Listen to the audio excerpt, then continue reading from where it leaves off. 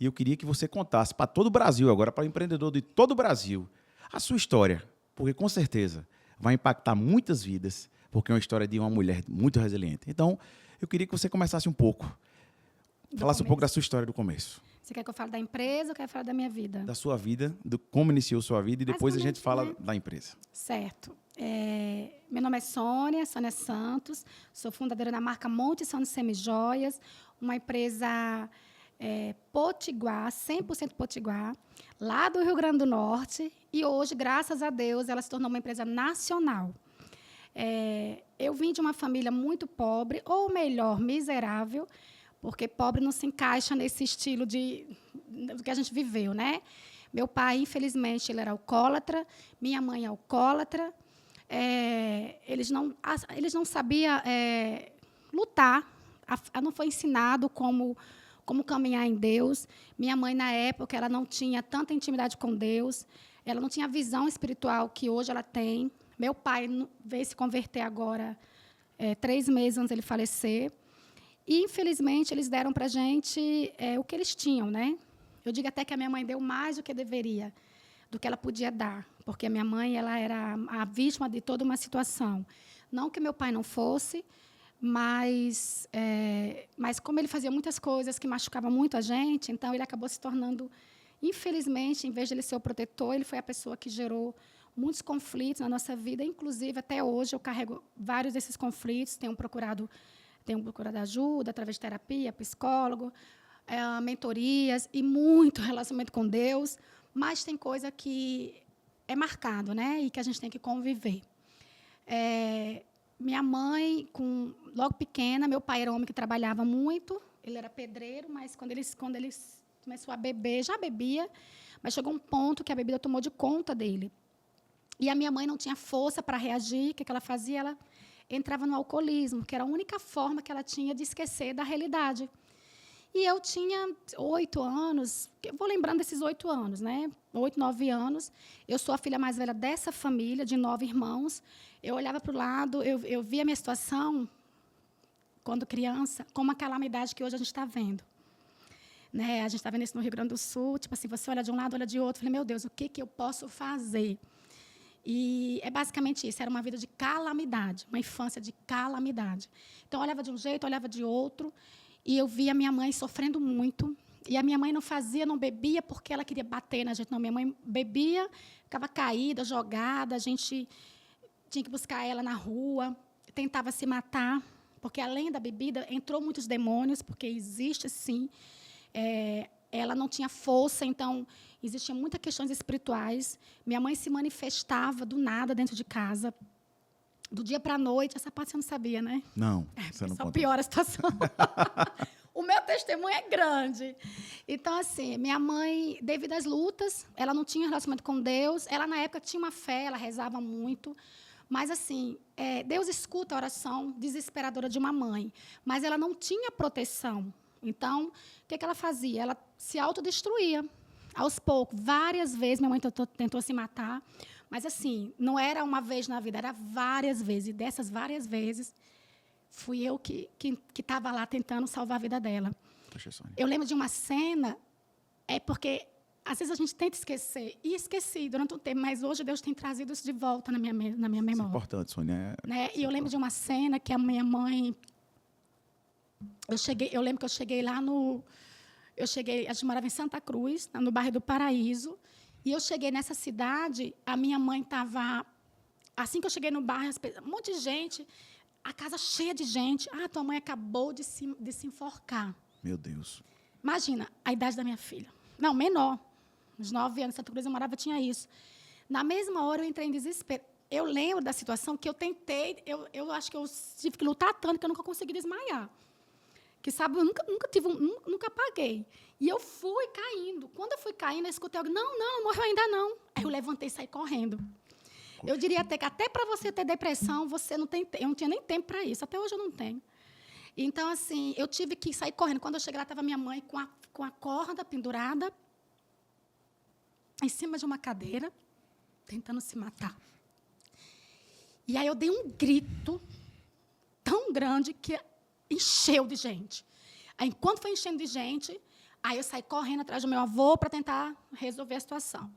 Isso várias vezes. Depois vou contar o que aconteceu com a minha mãe esses dias. Ela veio aqui no meu escritório. Amém, amém. E aí, várias vezes, isso aconteceu.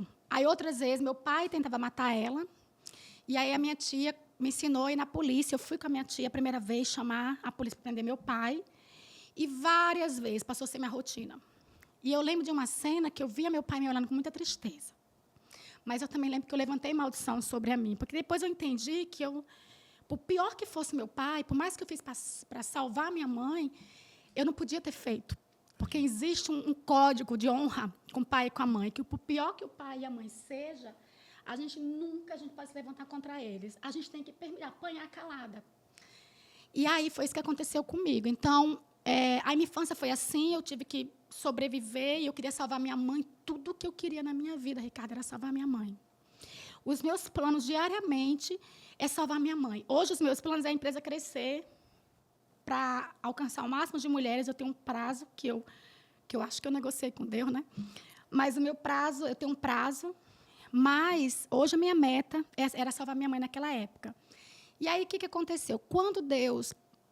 Aí eu comecei, o que eu posso fazer? Vou trabalhar. Aí saiu meu pai antes disso. E aí, logo cedo, aí eu comecei a procurar trabalho em casa de família. E o que é interessante é que eu não tinha nada. Ricardo, eu não era nada nem ninguém. Não existia nada assim que pudesse olhar para mim e dizer assim, eu fui determinada a dar errado. Foi profetizado maldições sobre a minha vida. Meu pai, coitado, ele só abria a boca para dizer nomes feios para a gente. Palavrão. A gente era os esmolés da cidade. A gente pedia esmola. Poxa, Sônia. Todo dia a gente pedia esmola. Eu digo que a nossa festa, melhor movimento do período, era a época da Semana Santa, que o povo católico dava comida. Então, era o dia que a gente esperava, que a gente fazia a nossa grande colheita. Puxa.